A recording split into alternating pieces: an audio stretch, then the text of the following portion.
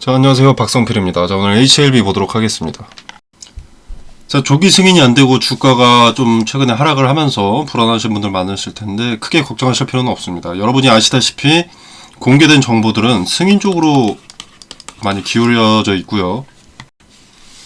자, 우리가 예전에 일을 한번 생각해 보면 트럼프 대통령이 당선될 때 공약 중 하나가 약품 시장의 허들을 낮추겠다 라는 것이 있었죠. 자, 실제로 저번 달에 22개나 승인이 되면서 승인률이 올랐습니다. 특히 CRL을 받고 나서 재신청한 약물 중에서 좌절된 것이 지난 1년 동안은 없습니다. 그리고 이제 중국과의 무역 갈등, 중국과의 관계 때문에 조금 우려하시는 분들도 계신데 이 부분에도 전혀 해당되지 않습니다. 자, 중국 베이진의 면역 항암제 테빈브라라는 게 있습니다. 테빈브라가 식도암 1차 치료제로 일주일 전에 승인을 받았습니다. 자, 중국 기업이라고 차별받는 그런 불상사는 없다는 것이죠. 자, 그리고 이제 승인이 되고 나서를 생각을 해보면 여러분 뭐 아시는 분들은 아시다시피 HLB는 미국 50개 주 중에서 43개 주에서 의약품 판매 준비를 마쳤습니다. FDA 허가 전 의약품 판매를 위해서 취득할 수 있는 면허들을 취득을 했고요. 자, 특이사항은 FDA 승인 후에야 승인을 받고 나서야 면허를 취득할 수 있는 8개 주가 있습니다. 자, 근데 이 중에서 펜실베니아주에서는 사전에 면허를 발급받았습니다. 승인 전에. 자, 펜실베니아주는 FDA 승인이 될 것이다 라고 판단하고 있다는 것이고, 펜실베니아의 이례적인 행위는 이 HLB의 간암 1차 치료제가 얼마나 시장에서 경쟁력이 있는지, 수요가 얼마나 많을지 알 수 있는 부분이 되겠죠. FDA 승인 여부를 떠나서 이 치료제가 얼마나 효과와 안전성이 뛰어난지를 보여준다고 말할 수가 있겠습니다. 자, 그리고 승인이 될지 안 될지는 아무도 모릅니다. 아무도 모르는데, 자, 일단 차트를 봤을 때 이 위쪽의 매물들을 소화를 해놨습니다. 그죠?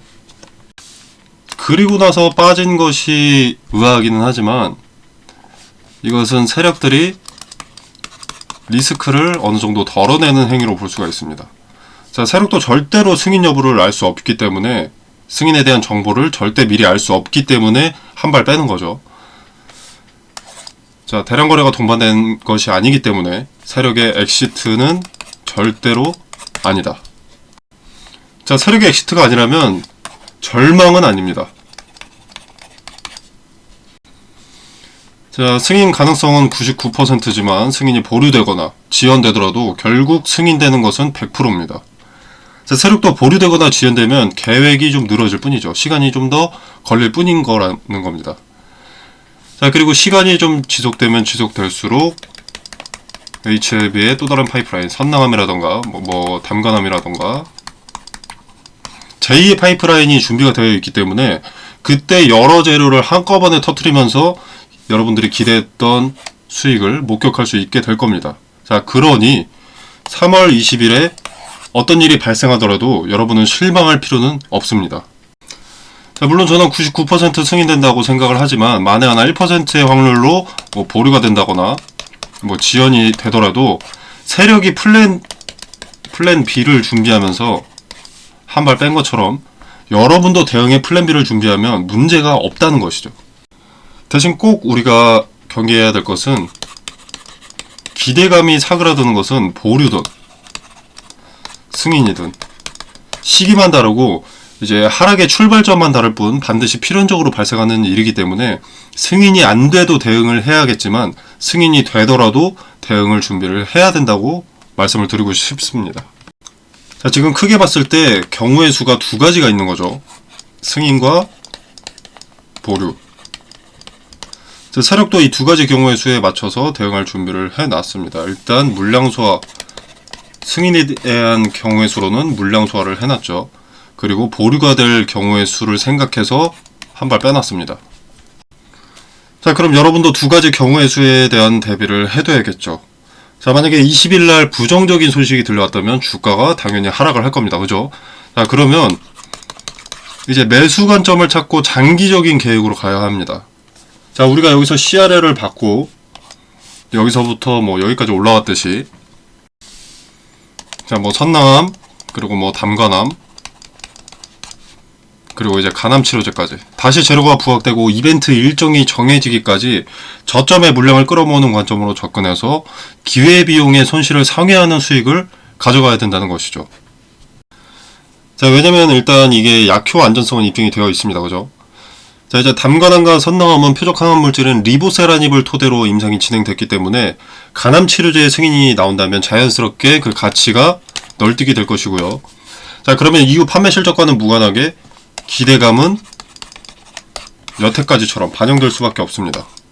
HLB가 뭐 3만원에서 뭐 10몇만원까지 간 게 오직 기대감 하나였죠. 승인이 됐던 게 아니라. 결과가 중요하지 않다는 겁니다. 그때도 보류가 되든 말든 기대감은 반영된다는 겁니다. 제가 말씀드린 게 보류가 될 것이라고 말하는 것이 아니라 기대감은 반드시 반영된다 라는 것에 중점을 두고 말씀을 드리는 겁니다. 자, 그래서 만약에 이번에도 좌절된다면, 그럴 가능성은 상당히 낮지만 이번에도 좌절된다면 저점 매수 관점에서 접근하는 대응을 해야 한다는 것이죠. 그렇게 내 평단을 낮추고 나중에 크게 이익률을 올리자는 겁니다. 자, 그리고 만약에 이제 평단이 내가 좀 높은 편이다, 예를 들어서 뭐 요런 데 있다, 요런 데 있다라고 하면은 손실이더라도 분할 매도를 하고 차후를 도모하는 것이 현명하다고 할 수가 있겠죠. 뭐 평단이 뭐 3만원 이하다 이러면 신경 쓸 필요가 없어요. 그죠? 자, 근데 좀 내 평단이 높다 라고 하면 손실률이 점점 커지니까 분할로라도 선대응 후에 저점 매수 관점으로 접근을 하는 것이 상책이라고 볼 수가 있겠습니다. 자, 근데 이건 1%의 가능성, 아주 낮은 확률의 경우의 수죠. 보류될 가능성은 상당히 낮습니다. 자, 그럼 상당히 높은 가능성, 99%의 가능성, 승인될 때 대응은 어떻게 하느냐? 아주 단순합니다. 보류일 때 대응은 저점 매수였죠.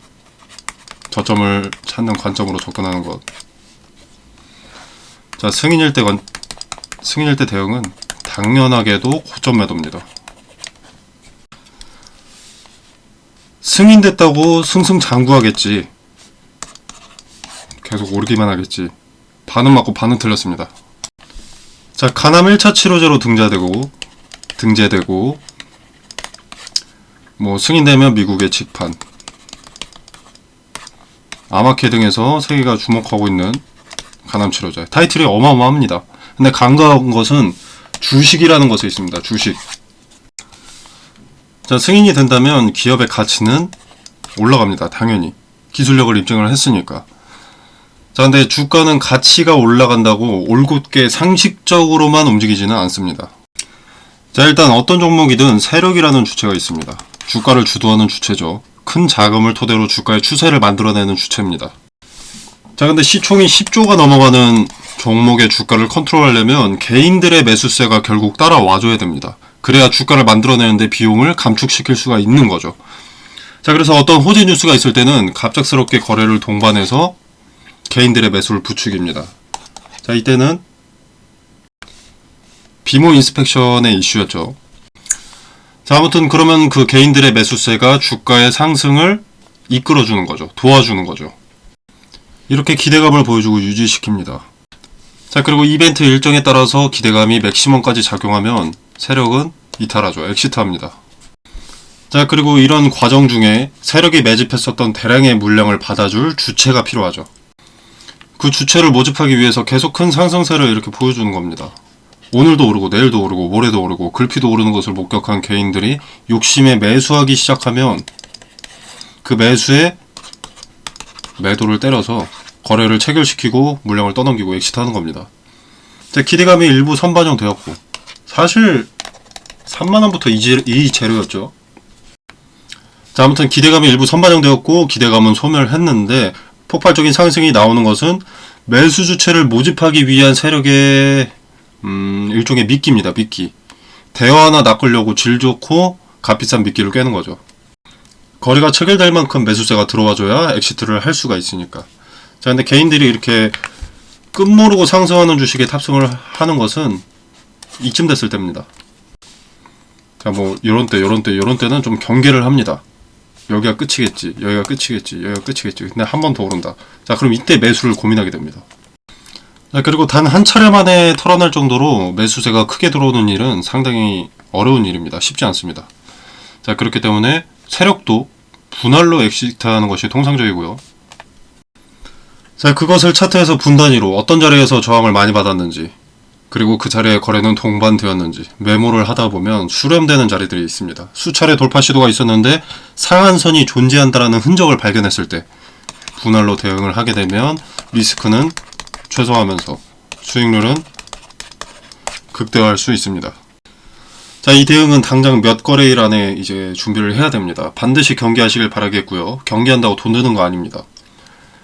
리스크를 최소화하는 방법을 알아야 내 재산을 지키는 겁니다. 우리가 적어도 따진 못해도 잃지는 말아야 하지 않겠습니까? 손실보다 수익이 중요하다 라고 생각을 하신다면 도박하고 계신 겁니다.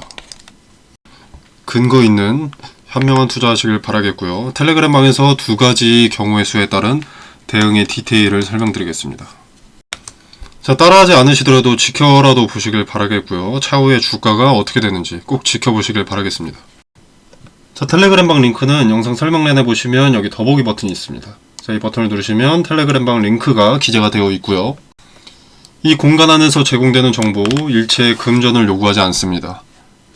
투자의 기준과 근거들을 설명드리고요. 그리고 개별 종목 대응 이외에도 HLB 대응 이외에도 추천 종목이나 검색기 설정법, 종가 매매 꿀팁 등 여러가지 투자에 도움이 되는 정보들을 공유하고 있으니까요. 확인 한번 해보시길 바라겠습니다. 자, 이 부분도 물론 금전을 대가로 공유하는 것이 아니고요. 그리고 제가 말씀드리는 것이라고 수익률 100%인 것도 당연히 아닙니다. 적어도 지금 근거 없는 계획보다는 승률이 월등하게 높아질 수 있는 방법들을 공유하는 것이기 때문에 한번 들어오셔서 지켜보시면 도움이 조금이라도 될 것이라고 생각을 합니다. 그리고 도움이 되신다면 구독, 좋아요와 꾸준한 시청을 부탁드리도록 하겠습니다. 자, 영상 시청에 감사드리면서 마무리하도록 하겠습니다. 감사합니다.